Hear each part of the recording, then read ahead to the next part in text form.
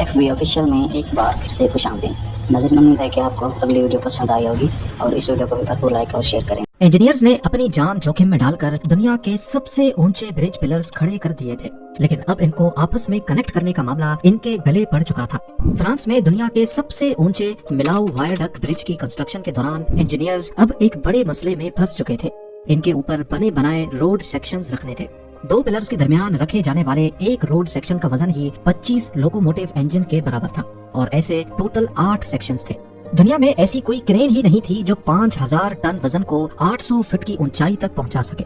दो पिलर्स के ऊपर क्रेन लगाकर अगर रोड सेक्शन को खींचा गया तो पिलर्स ऊंचे होने की वजह से अंदर की तरफ आसानी से कोलैप्स हो जाएंगे।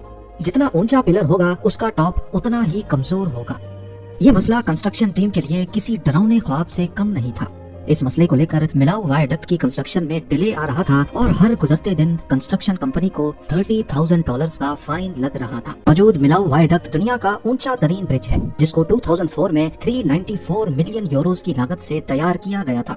ये जमीन से 1125 फीट की ऊंचाई पर खड़ा इंजीनियरिंग की दुनिया का एक अजूबा है। आईफल टावर से भी 45 फुट ऊंचा ये ब्रिज इतनी ऊंचाई पर है कि अक्सर ये बादलों पर तैरता हुआ दिखता है। इंजीनियरिंग कंपनी जिसने इस ब्रिज को बनाने की हिम्मत दिखाई थी, वो असल में ये प्रोजेक्ट लेकर फंस चुके थे। फ्रांस की इन वादियों में लैंडस्लाइड्स और 130 किलोमीटर पर आवर की तूफानी हवाएं इनके काम को मुश्किल से नामुमकिन की तरफ धकेल रही थी। इतना ऊंचा 4 लेन हाईवे ना इससे पहले कभी बनाया गया था, ना आज तक किसी ने बनाने की हिम्मत की है, क्योंकि सब जानते हैं कि मिलाऊ वायडक्ट ने इंजीनियरिंग की लिमिट्स को सिर्फ क्रॉस ही नहीं बल्कि झंझोड़ कर रख दिया था। दूसरी तरफ इस ब्रिज को बनाना फ्रेंच गवर्नमेंट की मजबूरी बन चुकी थी। 1980s में फ्रेंच गवर्नमेंट फ्रांस से स्पेन जाने वाले टूरिस्ट से बहुत परेशान थी। खास तौर पर हॉलिडे सीजन में ये ट्रैफिक तमाम शहरों से होकर गुजरता था और हर शहर की सड़कें जैम करता हुआ जाता था, खास तौर पर यहाँ की सिटी मिलाऊ को। ये सिटी 1500 फीट की गहराई में पहाड़ों के बीच में मौजूद है। नॉर्दर्न फ्रांस से आने वाले ट्रैफिक को पहले जिग-जैग रोड से नीचे उतरना पड़ता था और फिर दोबारा से ऊपर चढ़ना पड़ता था। एक तो इस जिग-जैग सफर में घंटों लग जाते और ऊपर से मिलाऊ सिटी में ट्रैफिक जैम के कम से कम 6 घंटे अलग से जाया होते थे। लिहाजा टूरिस्ट को फैसिलिटेट करने के लिए फ्रेंच गवर्नमेंट ने पेरिस से स्पेन तक एक मोटरवे बनाने का इरादा किया। पेरिस से मिलाऊ तक तो मोटरवे बिल्कुल सीधा बन सकता था, लेकिन मिलाऊ पर एक डेड एंड था। 1500 फीट के ऊंचे पहाड़ और बीच से गुजरने वाली टान रिवर। इस कॉम्प्लिकेटेड कंडीशन को बाईपास करने का एक ही तरीका था कि यहाँ लगभग पहाड़ की ऊंचाई जितना ही ब्रिज बनाया जाए। पर ये बोलना तो आसान था, लेकिन करना करीब नामुमकिन, क्योंकि 1980s में जब ये प्लान बनाया जा रहा था उस वक्त दुनिया का ऊंचा तरीन ब्रिज कैलिफोर्निया का गोल्डन गेट ब्रिज था। एक तो ये सस्पेंशन ब्रिज था और दूसरा पानी के सरफेस से लेकर रोड की हाइट सिर्फ 250 फुट थी, यानी मिलाऊ के पहाड़ों से 6 टाइम्स कम। ये देखते हुए कई एक्सपर्ट्स ने कहा कि मिलाऊ पर ब्रिज नहीं बनाया जा सकता और अगर इतना ऊंचा ब्रिज बन भी गया तो ये एक बहुत बड़े हादसे को दावत देने जैसा ही होगा। कई सालों तक ब्रिज बनाने का ये ख्वाब सिर्फ ख्वाब बनकर ही रहा, लेकिन आखिरकार जब ट्रैफिक जैम्स हद से बढ़ गईं तो फ्रेंच गवर्नमेंट के पास ये कड़वा घूंट पीने के अलावा और कोई ऑप्शन नहीं था। डिजाइन से लेकर ब्रिज की कंस्ट्रक्शन तक इंजीनियरिंग टीम को 3 मुश्किल तरीन चैलेंजेस का सामना करना पड़ा। पहला, दुनिया के सबसे ऊंचे ब्रिज पिलर्स खड़े करना, वो भी पहाड़ों की स्लोप पर। दूसरा, उसके ऊपर 36,000 टन वजनी 4 लेन हाईवे रखना। और तीसरा, ब्रिज के ऊपर स्टील पाइलॉन्स को खड़ा करना। एक स्टील पाइलॉन एयरबस A380 से भी 2 टाइम्स वजनी। और सबसे बढ़कर ये सारे टास्क उनको जमीन से कई 100 फुट ऊपर करने थे। इस काम के लिए दुनिया के best architect Lord Norman foster को हायर किया गया। ये ब्रिजेस की डिजाइनिंग में पहले ही दुनिया में अपना नाम बना चुके थे। इनका काम एक ऐसे ब्रिज को डिजाइन करना था जिसकी नजाकत तितली जैसी हो, लेकिन ये तितली हजारों टन वजन तेज हवाओं में भी झेल सके। इस डिजाइन में छोटी सी भी गलती किसी आफत का बायस भी बन सकती है। 2 सालों के बाद अभी लॉर्ड नॉर्मन फॉस्टर का डिजाइन ड्राइंग बोर्ड पर ही था कि उनकी रेपुटेशन को एक बड़ा झटका लग गया। कुछ सालों पहले उन्होंने लंदन का फेमस मिलेनियम फुट ब्रिज भी डिजाइन किया था। ईयर 2000 में जब इस ब्रिज को पब्लिक के लिए खोला गया तो सिर्फ इंसानों के चलने की वजह से ही ये ब्रिज बुरी तरह से झूलने लगा। इसके डिजाइन में एक बहुत बड़ा लेकिन छुपा हुआ नुक्स था।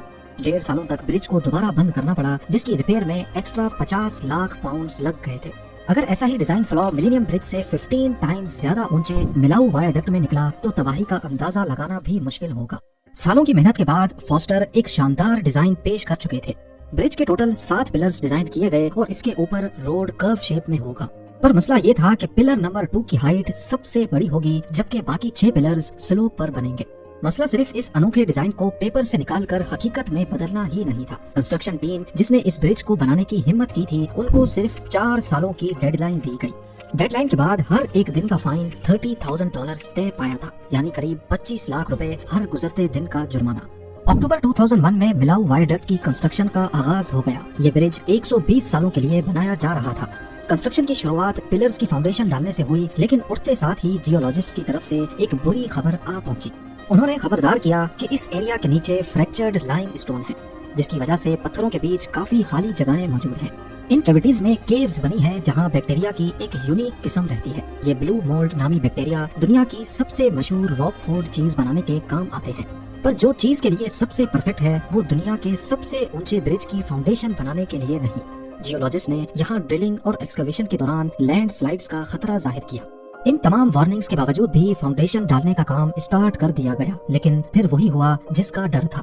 मिलाऊ वायडक्ट की कंस्ट्रक्शन में एक ड्रामेटिक मोड़ आ गया, एक खतरनाक लैंडस्लाइड। इस लैंडस्लाइड ने पहले पिलर की फाउंडेशन को पत्थरों से ढक दिया, लेकिन खुशकिस्मती से कोई नुकसान ना हुआ।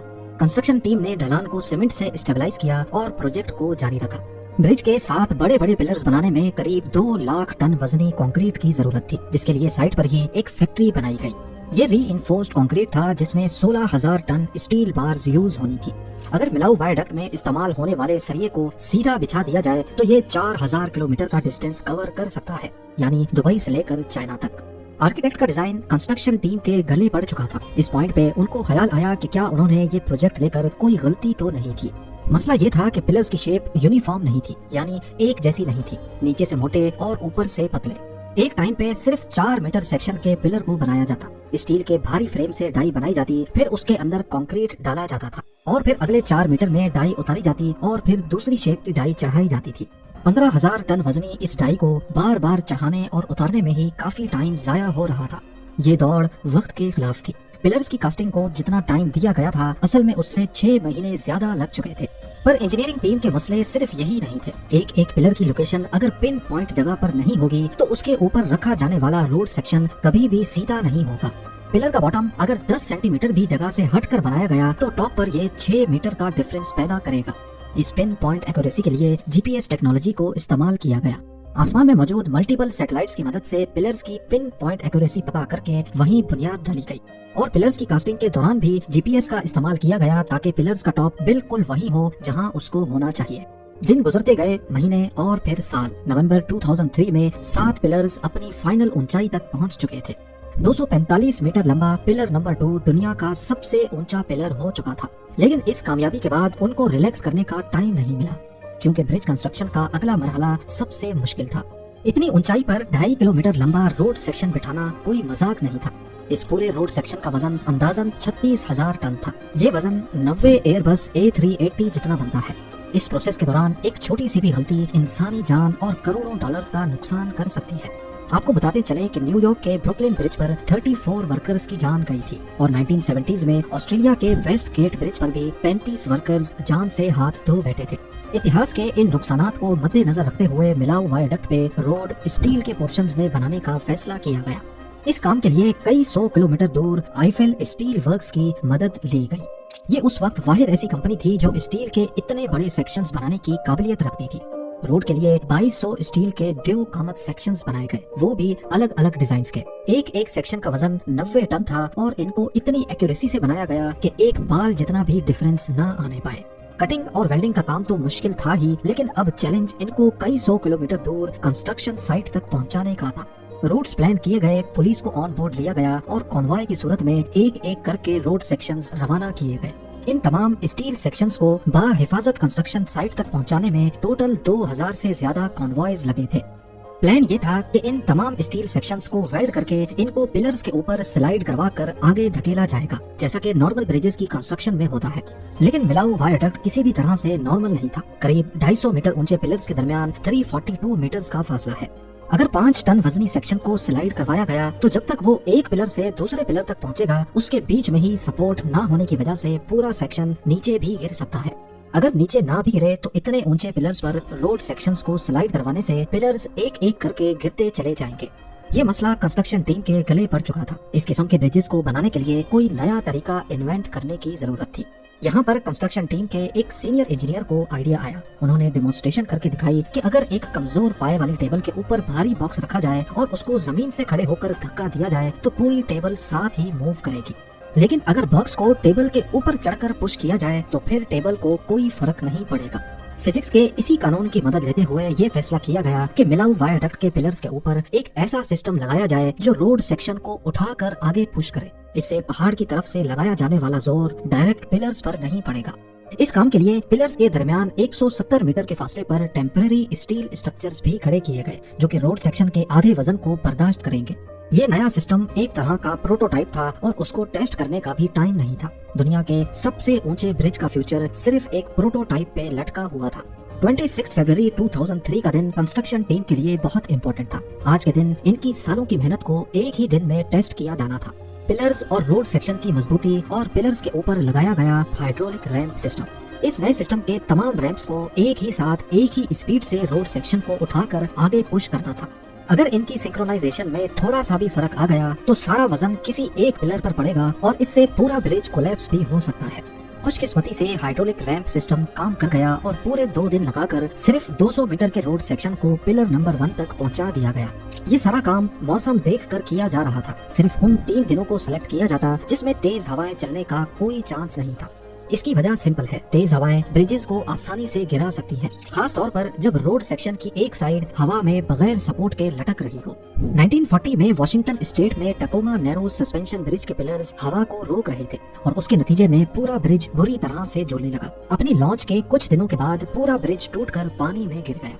दिन गुजरते गए, रोड सेक्शन को पिलर्स के ऊपर रखने का काम जोरों शोरों से चल रहा था। मई 2004 तक दोनों साइडों से रोड सेक्शन बिछाए जा चुके थे। अब बचा था सिर्फ रिवर के ऊपर वाला पार्ट। अगर ये आखिरी सेक्शन ठीक से नहीं बैठा तो सारी मेहनत जैसे 0 से मल्टीप्लाई हो जाएगी। इस सेक्शन में रोड कर्व भी हो रहा है, इसी वजह से इसका पिन पॉइंट जगह पर बैठना बहुत जरूरी है। इस मोमेंट को पूरा फ्रांस लाइव ब्रॉडकास्ट पे देख रहा था, जबकि फ्रेंच प्राइम मिनिस्टर खुद मौके पर मौजूद थे। हाइड्रोलिक रैंप का आखिरी बार बटन दबाया गया। 4 सालों में पहली बार नॉर्थ और साउथ सेक्शन के रोड्स आपस में मिल चुके थे, वो भी 99.9% एक्यूरेसी से। रोड कनेक्ट होने के बाद एक्स्ट्रा सपोर्ट के लिए 90 मीटर ऊंचे स्टील पाइलॉन्स को भी लगाना था। एक पाइलॉन 700 टन वजनी और ऐसे 7 पाइलॉन्स थे। इतनी ऊंचाई पर इतने भारी पाइलॉन्स को लगाना दुनिया में पहली बार अटेम्प्ट किया जा रहा था। मिलाऊ वायडक्ट के सिर्फ रोड का टोटल वजन 40,000 टन है। इसके बाद इसके ऊपर डांबर का रोड बिछाया गया जिसने 10,000 टन की एडिशन करके रोड का टोटल वेट 50,000 टन कर दिया। अंदाजे के लिए आपको बताते चले कि ये वजन 1200 बैटल टैंक्स के वजन के बराबर बनता है, या फिर एक बड़ी क्रूज शिप जितना। इसकी मजबूती चेक करने के लिए एक साथ इसके ऊपर से 28 ट्रक्स गुजारी गई। हैरानी की बात यह थी कि रोड सेक्शन जिसको 50 सेंटीमीटर तक झूलने के लिए डिजाइन किया गया था, वो इन तमाम ट्रक्स के वजन से सिर्फ 25 सेंटीमीटर तक झूला था। 16 दिसंबर 2004 को मिलाऊ वायडक्ट पहली बार पब्लिक के लिए खोला गया। ये इंजीनियरिंग टीम की दिन रात खून पसीने की मेहनत का ही नतीजा था, जिन्होंने न सिर्फ कामयाबी से दुनिया के सबसे ऊंचे ब्रिज की कंस्ट्रक्शन की, बल्कि वक्त से पहले काम खत्म करके एक नया रिकॉर्ड बना लिया।